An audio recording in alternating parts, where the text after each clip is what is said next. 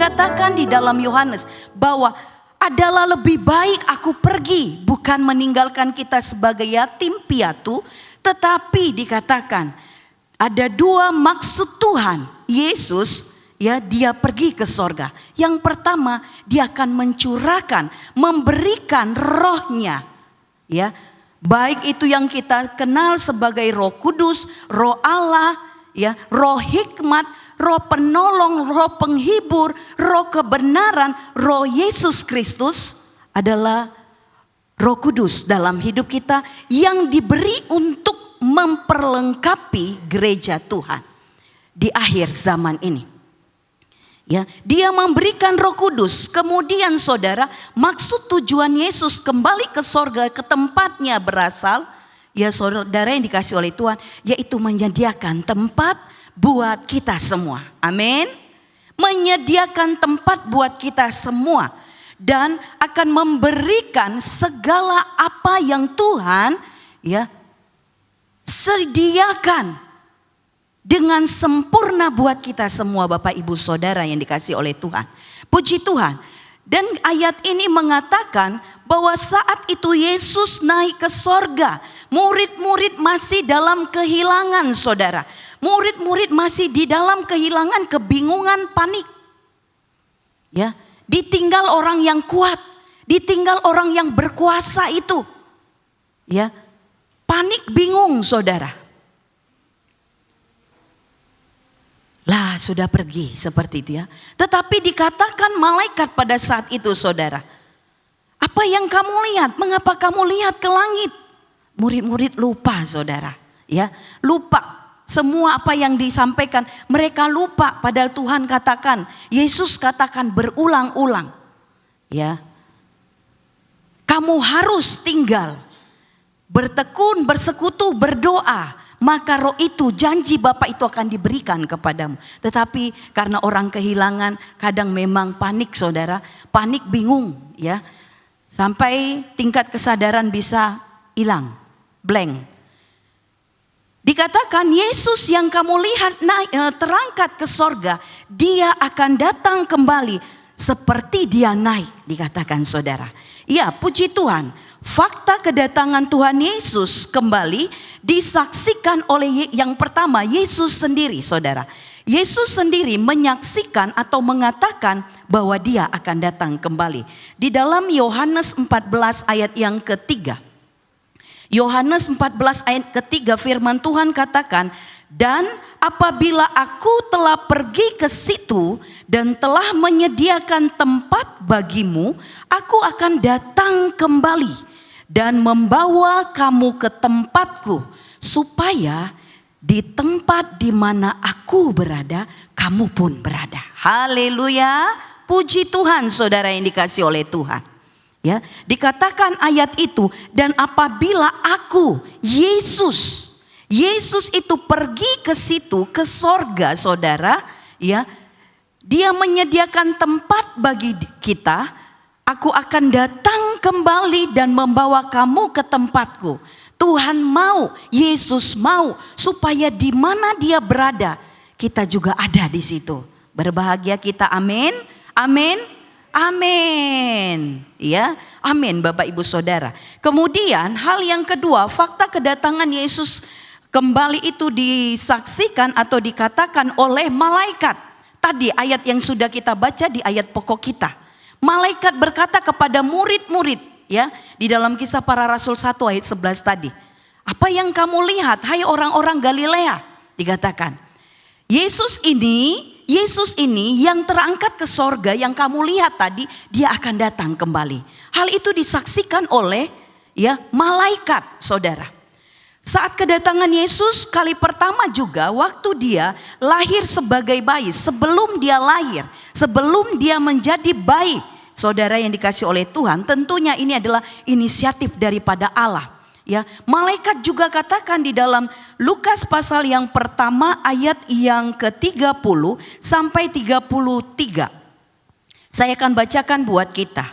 Ya, ini adalah perkataan malaikat kepada Maria pada saat itu. Lukas 1 ayat 30 sampai dengan ayat yang ke-33. Kata malaikat itu kepadanya, Jangan takut hai Maria, sebab engkau beroleh kasih karunia di hadapan Allah. Sesungguhnya engkau akan mengandung dan akan melahirkan seorang anak laki-laki, dan hendaklah engkau menamai dia Yesus. Ia akan menjadi besar dan akan disebut anak Allah yang maha tinggi. Dan Tuhan Allah akan mengaruniakan kepadanya tahta Daud bapa leluhurnya, dan ia akan menjadi raja atas kaum keturunan Yakub sampai selama-lamanya, dan kerajaannya tidak akan berkesudahan. Ya, mulai Yesus belum datang, belum lahir saudara yang dikasih oleh Tuhan, ya, berita ini sudah sampai kepada Maria bahwa anak itu akan lahir. Ya, anak itu akan lahir dan dia akan menjadi raja, bukan raja seperti raja yang mempunyai kekuasaan atau pemerintahan yang terbatas, tetapi dia raja di atas segala raja. Haleluya, puji Tuhan. Kemudian fakta kedatangan Yesus kembali saudara juga disaksikan oleh Roh Kudus, ya. Roh Kudus melalui para rasul yang ada di dalam 1 Tesalonika, di dalam 1 Tesalonika pasal yang keempat, firman Tuhan katakan, sebab pada waktu tanda diberi, yaitu pada waktu penghulu malaikat berseru dan sangkakala Allah berbunyi, maka Tuhan sendiri akan turun dari sorga, dan mereka yang mati dalam Kristus akan lebih dahulu bangkit. Ya saudara yang dikasih oleh Tuhan, dikatakan bahwa Tuhan itu akan datang kembali. Kemudian di dalam Ibrani juga dikatakan saudara, melalui para rasul, dikatakan Roh Kudus menyatakan ini melalui para rasul di dalam Ibrani pasal yang ke-10 ayat 37. Ibrani 10 ayat 37 firman Tuhan katakan, sebab sedikit, bahkan sangat sedikit waktu lagi, dan ia yang akan datang sudah akan ada tanpa menangguhkan kedatangannya. Haleluya, puji Tuhan. Kita lihat lagi saudara, fakta tentang kedatangan Yesus kembali juga dinyatakan Allah. Allah menyatakannya melalui para nabi. Melalui para nabi, kita lihat di dalam Zakaria, di dalam kitab Zakaria pasal yang ke-14, Zakaria 14 ayat yang pertama sampai dengan ayat yang keempat. Saya akan bacakan buat kita semua Bapak Ibu. Zakaria 14 ayat 1 sampai dengan ayat yang keempat. Judul dari perikop ini, ya saudara, adalah kemenangan terakhir. Tuhan menjadi raja di Yerusalem. Sesungguhnya akan datang hari yang ditetapkan Tuhan. Maka jarahan yang dirampas daripadamu akan dibagi-bagi di tengah-tengahmu. Aku akan mengumpulkan segala bangsa untuk memerangi Yerusalem. Kota itu akan direbut, rumah-rumah akan dirampoki, dan perempuan-perempuan akan ditiduri. Setengah dari penduduk kota itu harus pergi ke dalam pembuangan, tetapi selebihnya dari bangsa itu tidak akan dilenyapkan dari kota itu. Kemudian Tuhan akan maju berperang melawan bangsa-bangsa itu seperti ia berperang pada hari pertempuran. Pada waktu itu kakinya akan berjejak di Bukit Zaitun yang terletak di depan Yerusalem di sebelah timur. Bukit Zaitun itu akan terbelah dua dari timur ke barat, sehingga terjadi suatu lembah yang sangat besar. Setengah dari bukit itu akan bergeser ke utara dan setengah lagi ke selatan. Kemudian kita lompat ke ayat yang ke-9. Ayat 9, Zakaria 14 ayat 9. Maka Tuhan akan menjadi raja atas seluruh bumi. Pada waktu itu Tuhan adalah satu-satunya dan namanya satu-satunya. Haleluya saudara. Ya. Dikatakan di ayat yang pertama, akan datang hari Tuhan. Akan datang hari Tuhan. Hari Tuhan ini adalah hari penghukuman saudara. Hari penghukuman dan pemulihan. Ya, hari penghukuman dan pemulihan menunjukkan kepada hari kedatangan Yesus kembali. Kedatangan Yesus kembali untuk menghukum, untuk menghakimi bangsa-bangsa. Untuk menghakimi bangsa-bangsa dan mendirikan pemerintahannya. Haleluya, puji Tuhan. Untuk menghukum bangsa-bangsa dan mendirikan pemerintahannya di bumi, saudara. Kita kenal ini adalah pemerintahan 1000 tahun damai nantinya. Ya, kemudian dikatakan di ayat 2 tadi, segala bangsa memerangi Yerusalem. Segala bangsa memerangi Yerusalem. Bangsa-bangsa ini seakan-akan, seolah-olah mereka memperoleh kemenangan, saudara. Karena dikatakan tadi dijarah, dirampas, ya. Umat-umat Tuhan itu disiksa, wanita-wanita ditiduri. Jadi bangsa-bangsa ini seakan-akan seolah-olah mereka memperoleh kemenangan itu, saudara yang dikasih oleh Tuhan. Secara militer, ya. Mereka seolah-olah seakan-akan memperoleh kemenangan secara militer, tetapi pada akhirnya, seperti yang kita baca, pada akhirnya mereka akan dibinasakan. Pada akhirnya mereka akan dibinasakan. Karena apa dikatakan di ayat 3? Tuhan akan maju. Tuhan akan turun tangan, Bapak Ibu Saudara, membela umat kepunyaannya. Membela orang-orangnya, saudara yang dikasihi Tuhan. Ya, Tuhan akan maju, Tuhan akan turun tangan dalam pertempuran itu dan mengalahkan bangsa-bangsa. Dikatakan tadi di ayat yang keempat, Tuhan akan turun berjejak di Bukit Zaitun. Ini merupakan nubuat yang akan digenapi oleh Yesus Kristus. Ini nubuat yang akan digenapi oleh Yesus Kristus pada kedatangannya kembali. Dikatakan tadi ayat 9, dia menjadi raja atas seluruh bumi. Bumi ini, saudara, ketika perang Harmagedon, bumi ini akan Tuhan bersihkan dari segala macam kejahatan. Baik itu perbuatan iblis, baik itu perbuatan orang-orang yang dipakai oleh iblis. Tuhan akan bersihkan, saudara, sehingga orang-orang pilihannya bersama-sama dengan Yesus akan masuk ke dalam kerajaan 1000 tahun damai. Tidak ada lagi dosa di dalamnya, tidak ada lagi perbuatan jahat di dalamnya. Bapak Ibu Saudara, pastikan Bapak Ibu Saudara, Bapak Ibu dan saya ada di sana. Amin. Haleluya. Itu pengharapan kita, bukan dunia ini, saudara. Saya terus ingat, saudara. Ya, saya terus ingat perkataan daripada Ibu Gembala almarhumah, ya. Di tengah-tengah ibadah kaum wanita. Wanita-wanita yang diberkati Tuhan masih ingat sorga, seperti itu ya. Karena apa? Di tengah berkat Tuhan yang banyak, di tengah sukacita di dalam hidup kita, pencapaian-pencapaian kita, sering kita lupa Tuhan, saudara. Ini tidak bisa kita munafikan dalam hidup kita. Selalu ada, ya. Selalu ada. Firman Tuhan pastikan itu. Roh kita ini penurut, saudara, tetapi daging lemah. Tetapi bukan kita mau menuruti kelemahan-kelemahan daging ini.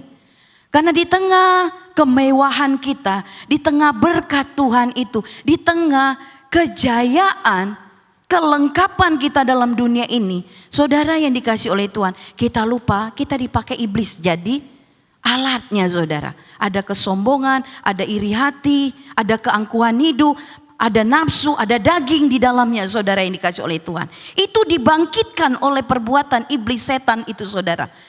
Yang ada di belakang layar, kita nggak ngelihat, tetapi dia berusaha menyusup. Tetapi lagi-lagi kita juga pegang firman Tuhan.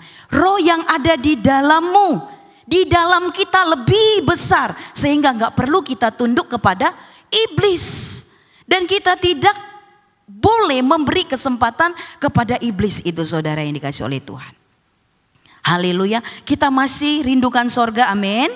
Amin, puji Tuhan. Ya, dikatakan Yesus Dia menjadi raja atas seluruh bumi.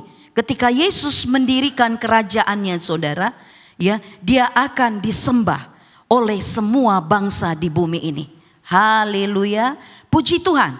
Kita lanjut lagi, saudara, dan kita melihat cara kedatangan Yesus kembali.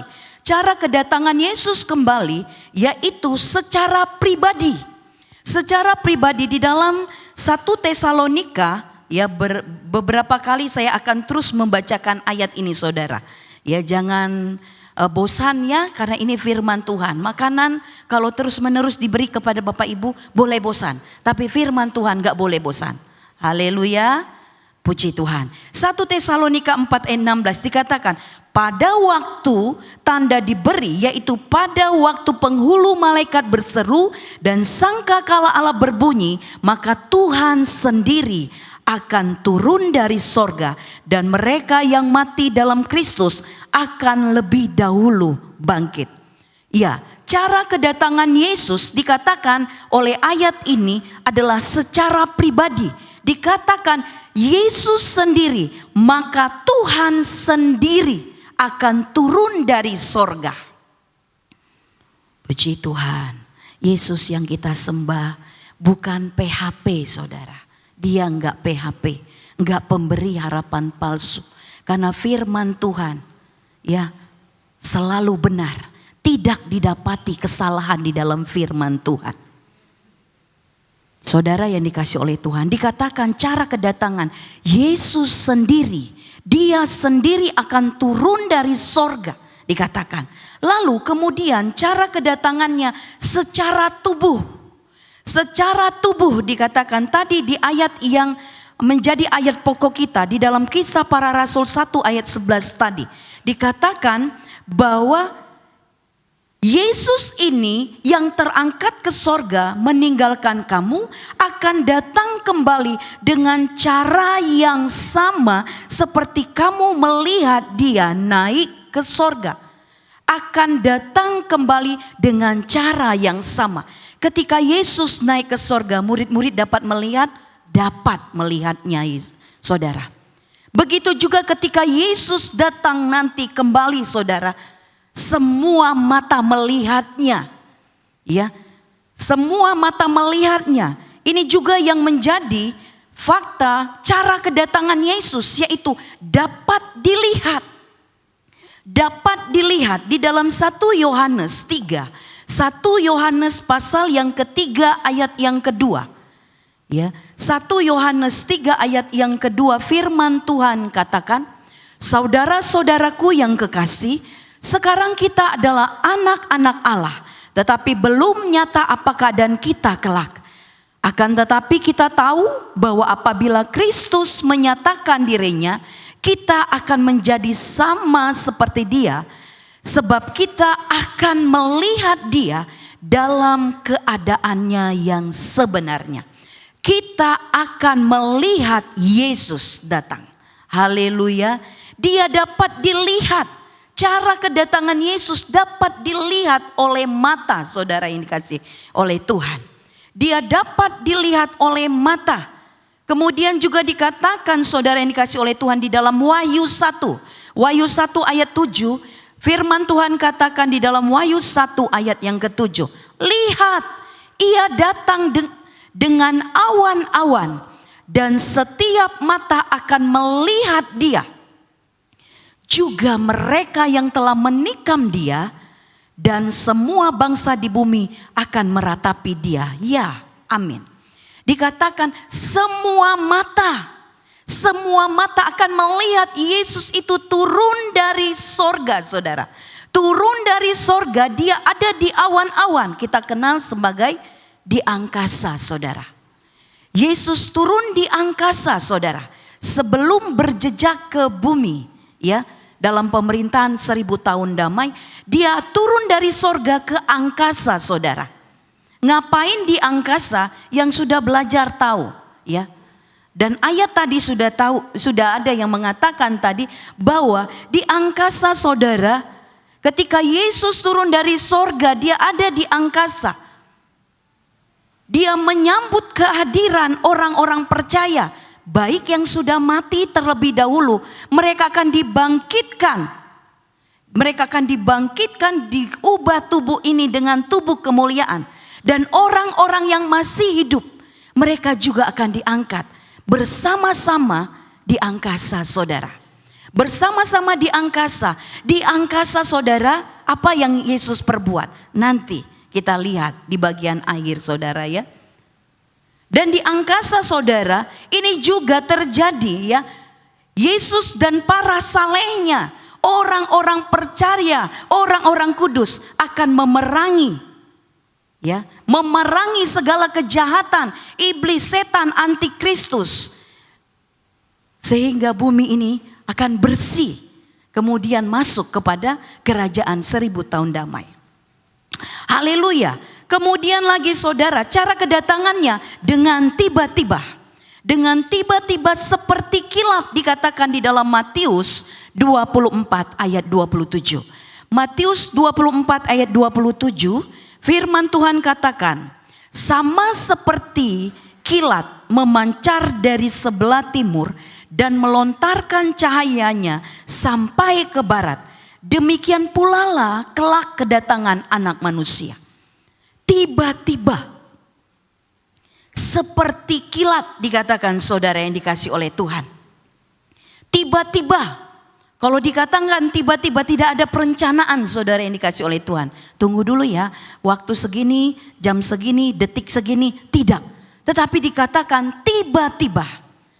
Lalu di bagian yang selanjutnya, dengan tidak terduga. Dengan tidak terduga dikatakan. Kita lanjut di dalam Matius. Matius pasal yang ke-24 ayat yang ke-44. Dengan tidak terduga, kalau tadi dikatakan dengan tiba-tiba seperti kilat, ini dengan tidak terduga. Di dalam Matius 24 ayat yang ke-44. Sebab itu hendaklah kamu juga siap sedia, karena Anak Manusia datang pada saat yang tidak kamu duga. Ini perkataan kamu, ini untuk kita semua, saudara. Untuk kita semua. Untuk Bapak Ibu sebagai jemaat Tuhan, sebagai pelayan Tuhan, sebagai aktivis, sebagai majelis, kami sebagai hamba Tuhan, ya, sama, saudara. Datang dengan tiba-tiba, tidak terduga. Dan cara kedatangan Tuhan dikatakan dengan kemenangan. Haleluya. Dengan kemenangan dikatakan firman Tuhan. Di dalam 2 Tesalonika 1 ayat 7 sampai dengan ayat yang ke-10. 2 Tesalonika 1 ayat 7 sampai 10. Saya akan bacakan buat kita semua, Bapak Ibu Saudara yang dikasih oleh Tuhan. Ikuti terus pembacaan firman Tuhan. Ini akan menguatkan dan menyemangati kita di dalam dunia yang berat, sukar, ganas, binasa, buas ini, saudara.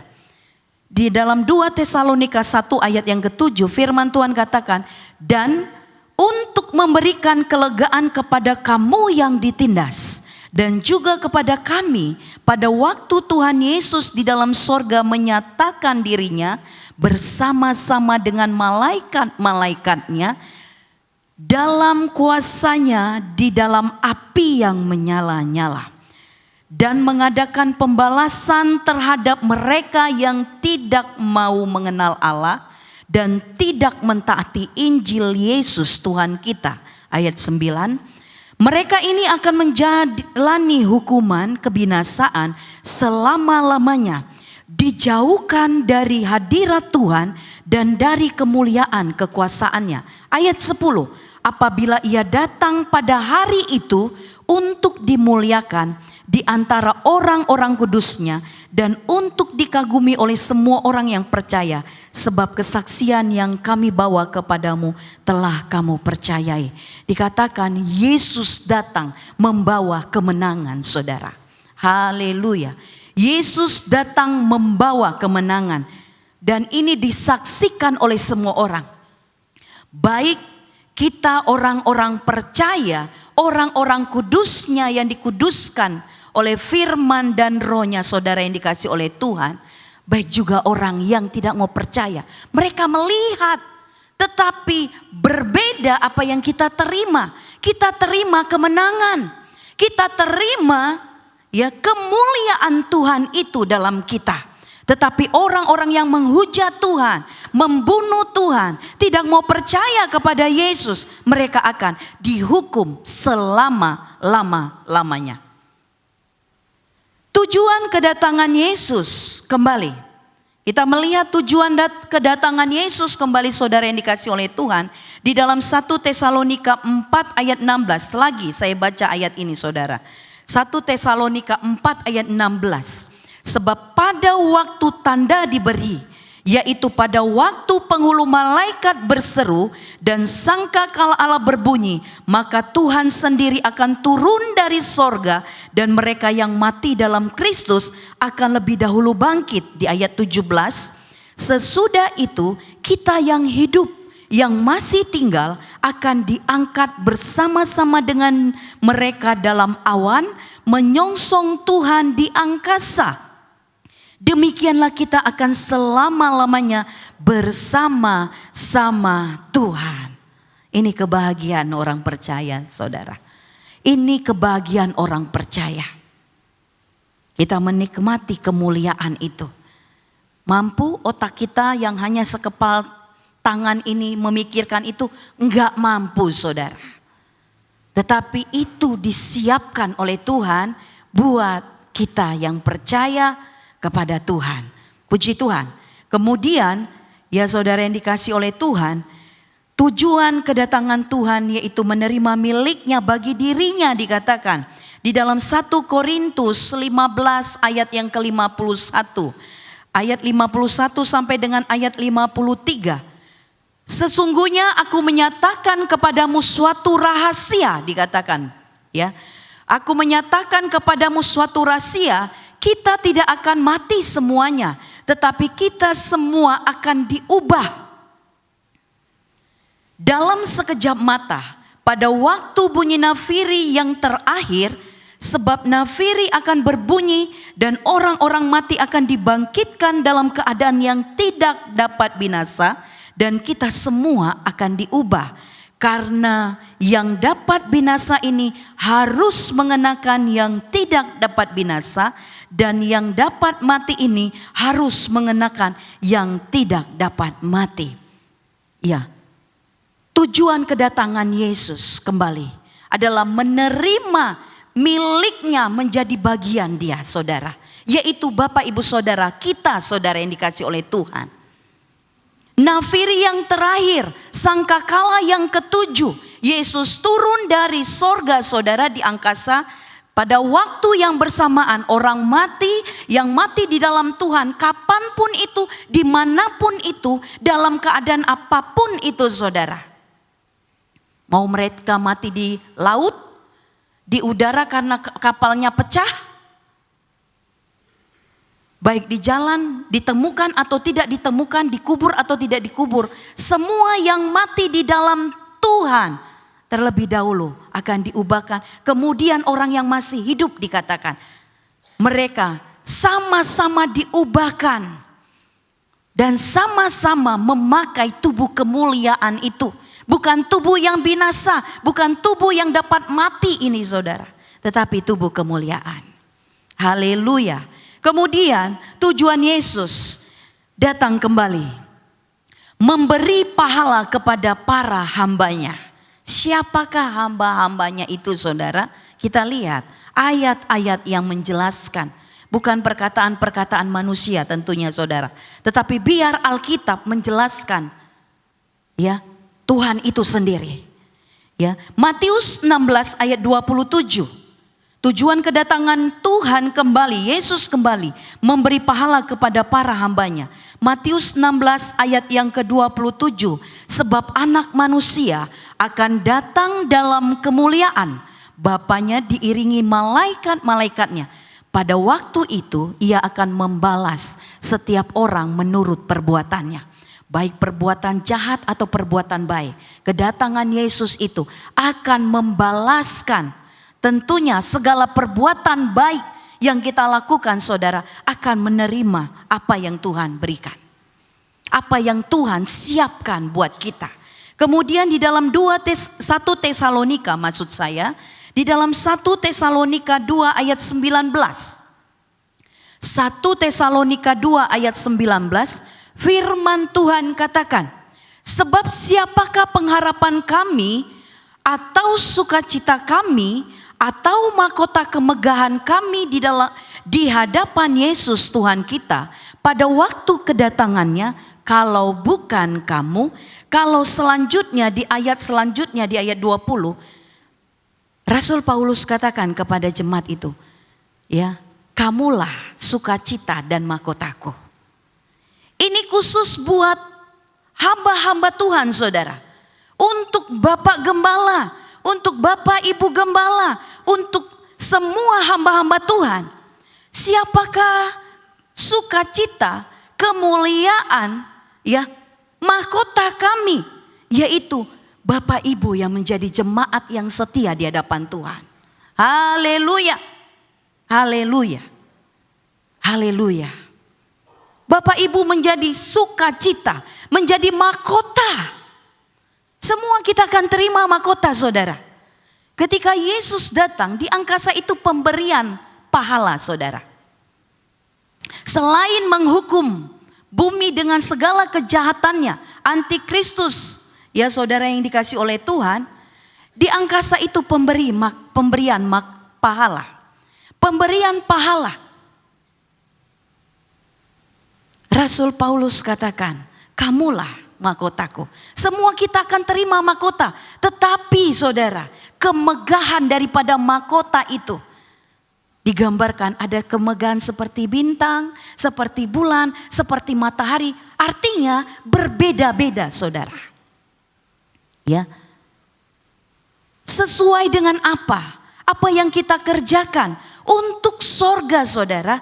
Kita semua percaya Yesus, ada nama kita di sorga. Tetapi untuk mahkota, saudara, itu berbeda-beda. Sesuai dengan apa yang kita kerjakan di hadapan Tuhan. Tentunya bukan sekedar baik, tetapi benar. Haleluya, puji Tuhan. Rasul Paulus katakan, kemegahan para pelayan Tuhan, hamba-hamba Tuhan, gembala, wakil gembala adalah jemaat Tuhan yang setia. Lalu kemudian lagi saudara yang dikasih oleh Tuhan, di dalam 2 Timotius pasal yang keempat, 2 Timotius pasal yang keempat ayat 8. Sekarang telah tersedia bagiku mahkota kebenaran yang akan dikaruniakan kepadaku oleh Tuhan, hakim yang adil pada harinya, tetapi bukan hanya kepadaku, melainkan juga kepada semua orang yang merindukan kedatangannya. Jadi kalau tadi saya katakan jemaat Bapak Ibu yang menjadi jemaat yang setia, menjadi mahkota bagi pemimpin rohani itu, saudara. Tetapi jangan bersedih. Rasul Paulus katakan, aku terima mahkota, tetapi dikatakan bukan hanya kepadaku. Bukan hanya kepada pemimpin-pemimpin rohani, tetapi juga melainkan juga kepada semua orang. Haleluya. Kita semua yang mau melayani Tuhan. Melayani Tuhan bukan bicara di mimbar. Bukan bicara kita bisa mimpin pujian, memain musik, singer, bawa firman. Saudara yang dikasih oleh Tuhan, dengan seluruh hidup kita, kita dapat melayani Tuhan. Dengan pemberianmu, dengan kasihmu, dengan hatimu, dengan keterbebananmu terhadap pelayanan Tuhan. Itu pelayananmu. Dengan doa-doamu Bapak Ibu Saudara. Ya, melainkan juga kepada semua orang, besar kecil, pria wanita, semua orang yang merindukan kedatangannya dikatakan. Lalu saya lanjut baca di dalam 1 Petrus pasal yang ke-5 ayat yang ke-4. 1 Petrus 5 ayat yang ke-4. 1 Petrus 5 ayat 4. Maka kamu apabila Gembala Agung datang, kamu akan menerima mahkota kemuliaan yang tidak dapat layu. Ya, puji Tuhan Bapak Ibu Saudara, tujuan kedatangan Yesus menerima miliknya sendiri, yaitu kita yang tetap percaya kepada Dia, kemudian memberikan pahala itu. Selanjutnya tujuan kedatangan Yesus mengadili dan memerintah. Mengadili dan memerintah di dalam Roma 14 ayat yang ke-12.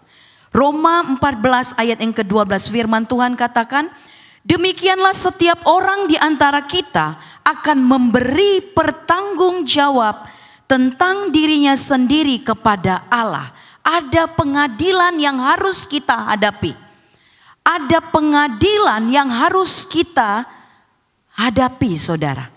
Ya, kalau dikatakan di dalam Yudas hanya satu pasal, ayat yang ke-14 dan 15.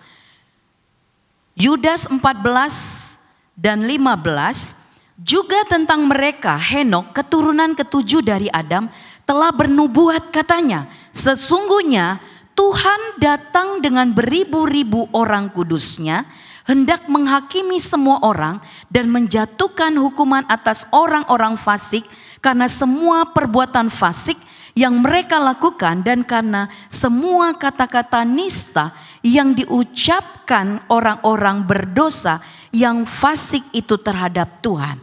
Ada penghukuman, penghukuman kepada orang-orang fasik yang tidak mau percaya Tuhan. Tetapi bagi orang-orang yang percaya kepada Tuhan, bagi orang-orang kudusnya Tuhan yang tetap memelihara kehidupannya di dalam kebenaran, roh kebenaran itu ada di dalam hidup, firman yang adalah kebenaran itu tetap menguasai hati pikiran kita. Bukan kita menguasai firman, saudara. Kita gak bisa menguasai firman. Tapi persilakan, berikan ruang, saudara, seluruh hidup kita. Firman itu yang menguasai kita. Bukan firman yang mencocokkan diri dengan kita.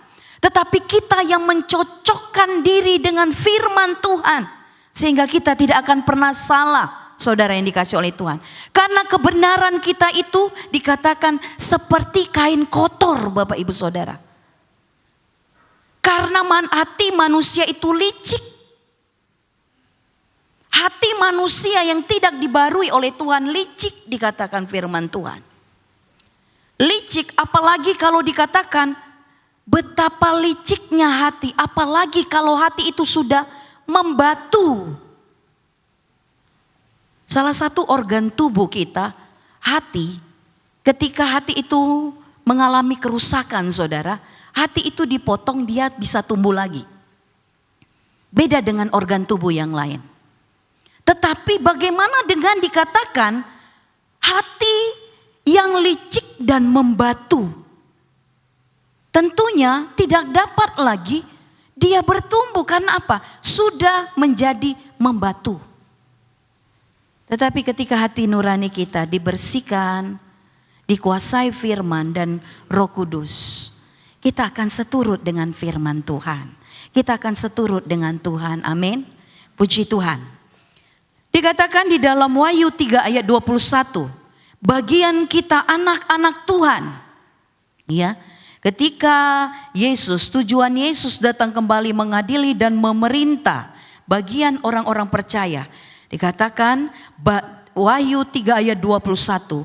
Barang siapa menang, ia akan kududukkan bersama-sama dengan aku di atas tahtaku.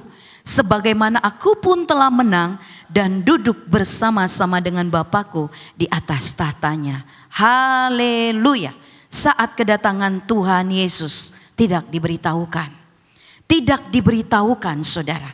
Karena ini adalah hal-hal yang begitu ya rahasia. Dan Tuhan punya maksud di dalamnya. Mengapa hal ini dirahasiakan buat kita? Kedatangan Yesus tidak diberitahukan. Di dalam Matius 24 ayat 36. Kembali Tuhan katakan, tetapi tentang hari dan saat itu tidak seorang pun yang tahu, malaikat-malaikat di sorga tidak, dan anak pun tidak, hanya Bapa sendiri. Ada maksud-maksud Allah di dalamnya. Oleh sebab itu Bapak Ibu Saudara yang dikasihi oleh Tuhan, oleh sebab itu kesetiaan kita dari hari ke hari, setiap hari harus benar-benar teruji. Kedatangan Yesus tidak terduga, tiba-tiba, ya, tidak diberitahukan. Ya saudara yang dikasih oleh Tuhan. Oleh sebab itulah kesetiaan kita itu dari hari ke hari harus benar-benar teruji, Bapak Ibu. Hari ini saya setia, besok enggak boleh gitu Bapak Ibu. Hari ini saya semangat beribadah, besok enggak deh. Hari ini saya menikmati berkat Tuhan dulu. Ya. Tuhan beri berkat untuk memuliakan Tuhan. Amin. Amin. Ya. Hari demi hari kita benar-benar harus teruji di dalam kesetiaan kita. Kesetiaan kita, tuntutan terhadap kita orang percaya dalam menanti kedatangan Tuhan. Saya berikan beberapa saudara, yaitu pertama saya berikan percaya. Percaya kepada korban Yesus. Percaya kepada korban Yesus di dalam 1 Tesalonika 4 ayat 14. Dikatakan firman Tuhan, karena jikalau kita percaya bahwa Yesus telah mati dan telah bangkit, maka kita percaya juga bahwa mereka yang telah meninggal dalam Yesus akan dikumpulkan Allah bersama-sama dengan Dia. Mari di dalam kesetiaan kita saudara, dalam kesetiaan kita itu saudara, ada tuntutan-tuntutan untuk kita dalam menanti kedatangan Yesus. Mari tetap percaya kepada korban Yesus. Percaya kita selamat hanya karena Yesus saja. Ya, banyak pengajaran di luar sana saudara. Puji Tuhan, kita masih tetap ada di dalam firman Tuhan. Ada banyak mengatakan banyak jalan. Bukan saja ke Roma, ke sorga itu banyak jalan. Orang Kristen itu, orang yang punya firman Tuhan itu terlalu egois kata mereka. Ya, bukan Yesus saja mereka katakan. Kita tetap percaya firman Tuhan. Di dalam Kisah Para Rasul 4 ayat 12 dikatakan, di bawah kolong langit ini, kuasa, kekuatan pribadi tidak ada yang membawa kita selamat dan masuk ke sorga. Hanya dalam nama Yesus. Yesus juga katakan, aku jalan, kebenaran dan hidup, dikatakan Yesus. Tidak ada yang sampai kepada Bapa kalau tidak melalui aku, dikatakan Yesus. Bapa di mana? Bapa di sorga. Berarti tidak ada yang sampai ke sorga kalau tidak melalui Yesus. Pegang ini saudara, karena di akhir hari ini penyesatan itu ada saudara. Walaupun tidak secara terang-terangan, penyesatan itu mulai masuk. Dan yang tersesat itu saudara, enggak pilih-pilih orang. Baik jemaat Tuhan, baik hamba-hamba Tuhan. Sudah banyak tersesat pikirannya, kepercayaannya saudara.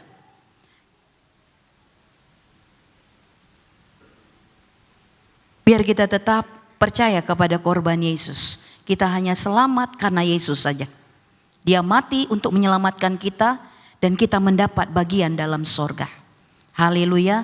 Dan percaya selanjutnya adalah percaya bahwa kerajaannya itu akan datang. Percaya bahwa kerajaannya itu akan datang. Di dalam Matius menjadi doa Bapa kami, Matius 6 ayat yang ke-10 firman Tuhan katakan, datanglah kerajaanmu, jadilah kehendakmu di bumi seperti di sorga.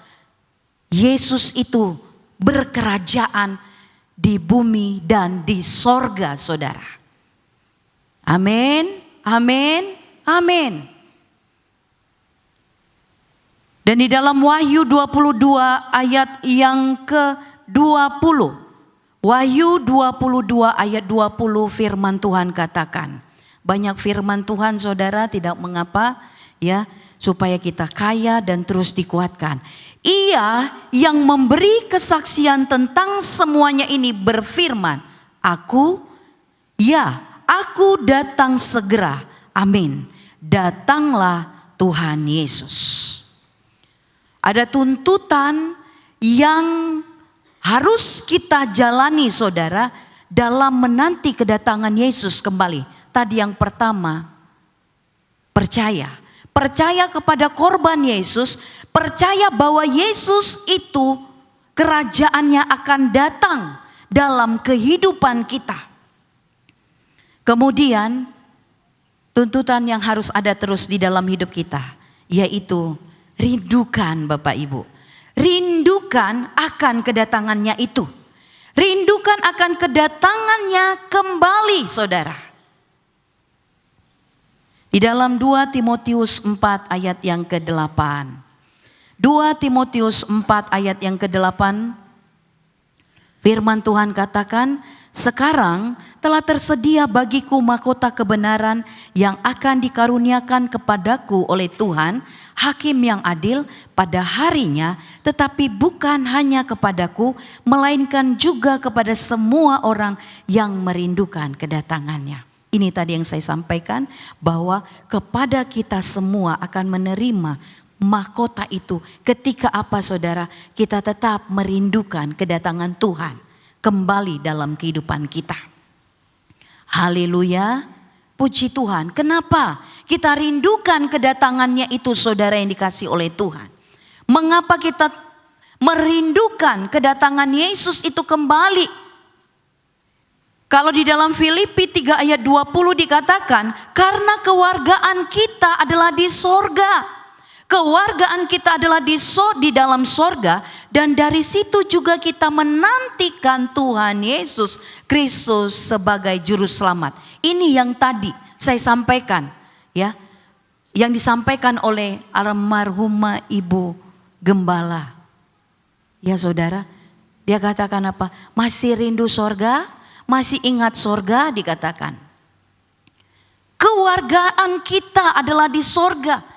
Kita di bumi hanya sementara. Sebagai musafir, pendatang saja saudara. Orang pendatang saudara, ya, itu hanya sementara.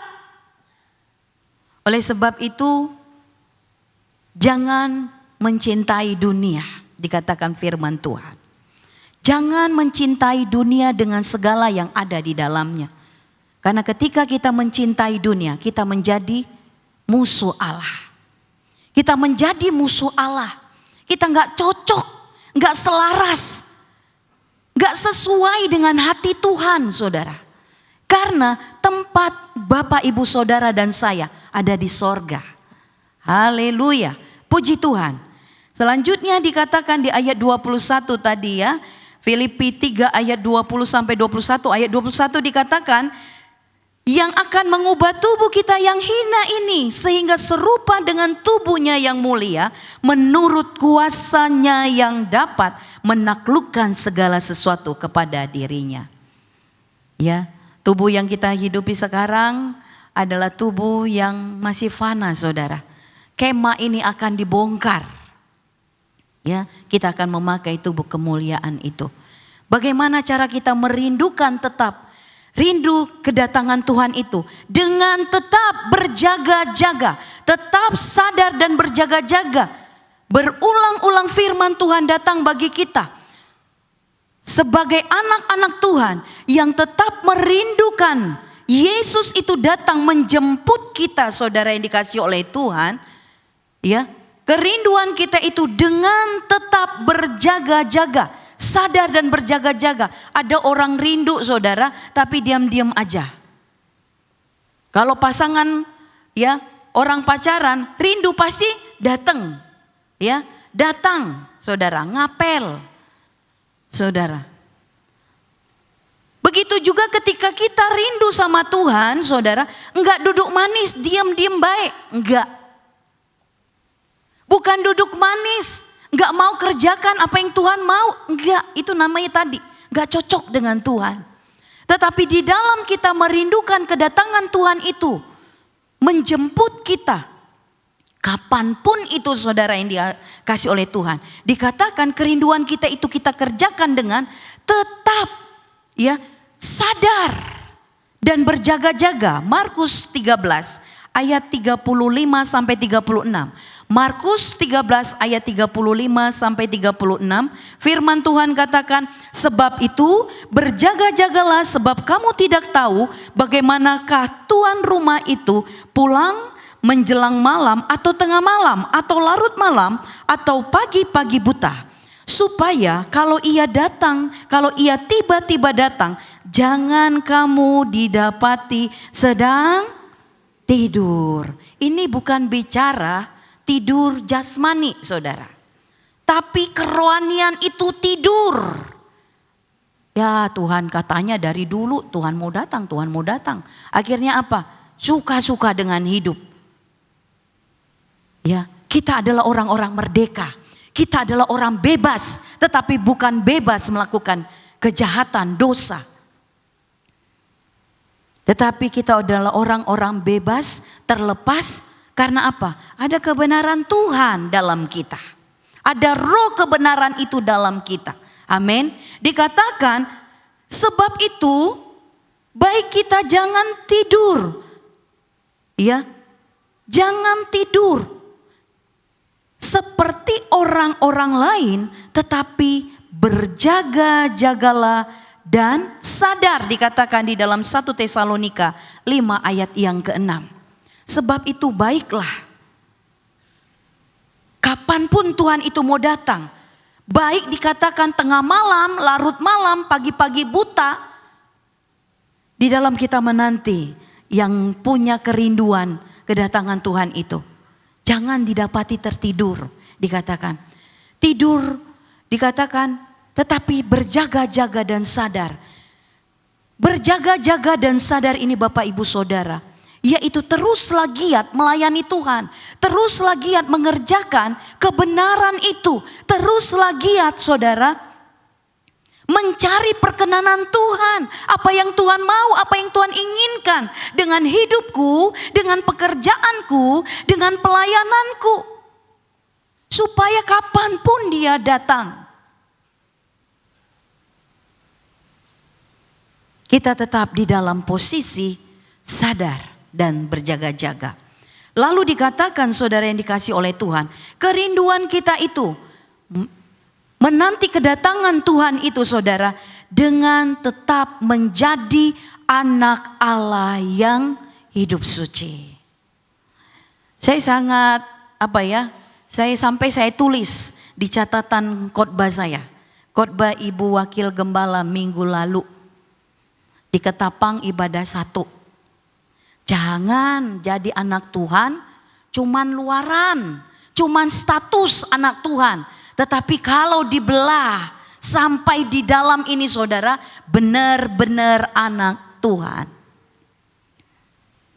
Secara status, secara luar benar kita datang beribadah, kita melayani Tuhan. Tetapi di sini semua saudara kejahatan. Gak cocok dong. Gak selaras dong.